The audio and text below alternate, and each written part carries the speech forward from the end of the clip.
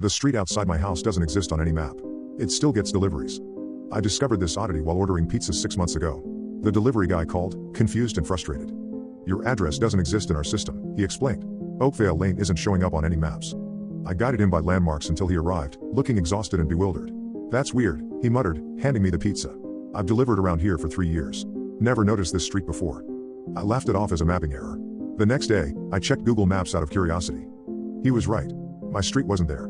Where Oakvale Lane should be, the map showed an uninterrupted stretch of forest between Willowbrook Drive and Rosewood Avenue. Yet here I stood at my window, staring at a perfectly normal suburban street with 7 houses, including mine. I called the city planning office, expecting a simple explanation. The woman who answered sounded bored until I mentioned my address. The line went silent for nearly 30 seconds before she responded. "I'm sorry, sir. We have no record of an Oakvale Lane in this city. But I'm standing on it right now. I've lived here for 2 years. I get mail. I pay property taxes. Can you confirm the property tax address on your statement?" I checked. My tax statements listed a Rosewood Avenue address, not my actual street. My driver's license showed the same incorrect address. Yet my Amazon packages, mail, and even those pizza deliveries all arrived correctly to Oakvale Lane.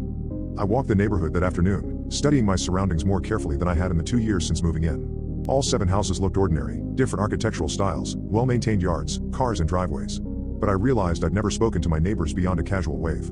I'd never seen children playing or people gathering for barbecues. The houses always appeared occupied, lights turning on and off, cars coming and going, but I'd never actually seen anyone enter or exit them. I knocked on the door of the blue Colonial across the street. No answer. I tried the house next to mine. Nothing. All 7 houses, no response. That night, I watched from my window as a delivery truck pulled onto our street.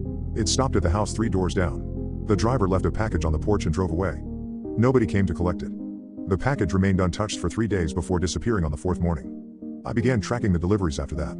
Every day, packages, mail, and food deliveries arrived at various houses. The delivery people never seemed confused about finding our street, despite it not existing on any map. They came, left their packages, and departed. And every few days, the unclaimed deliveries would vanish overnight. 2 weeks ago, I stayed up to watch the house across the street, where a package had sat for 3 days. At exactly 3:17 a.m., the porch light flickered. When it stabilized, the package was gone. Last week, I ordered a small camera online. When it arrived, I concealed it in a dummy package and left it on my neighbor's porch. The next night, I retrieved it before whatever collects these things could take it. The footage shows nothing for hours. Then, at 3:17 a.m., the image distorts. Through digital artifacts and static, something moves into frame. It's shaped like a person but wrong in fundamental ways, limbs too long, movements too fluid. It retrieves the package, then turns toward my camera. Its face is blank except for what appears to be a barcode where features should be. I've watched the deliveries more carefully since then. When FedEx or Amazon drivers approach the other houses, they move mechanically, slightly unfocused. They never ring doorbells. They simply place packages and leave, expressions vacant.